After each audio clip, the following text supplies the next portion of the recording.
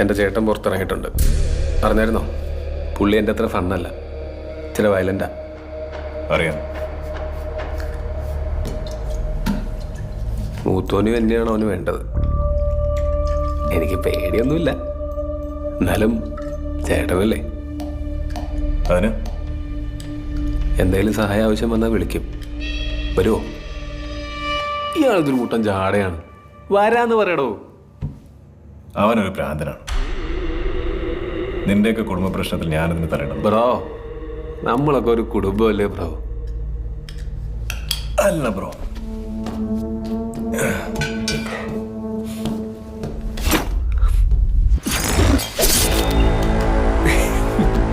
എനിക്കറിയാം താൻ വരുമെന്ന്.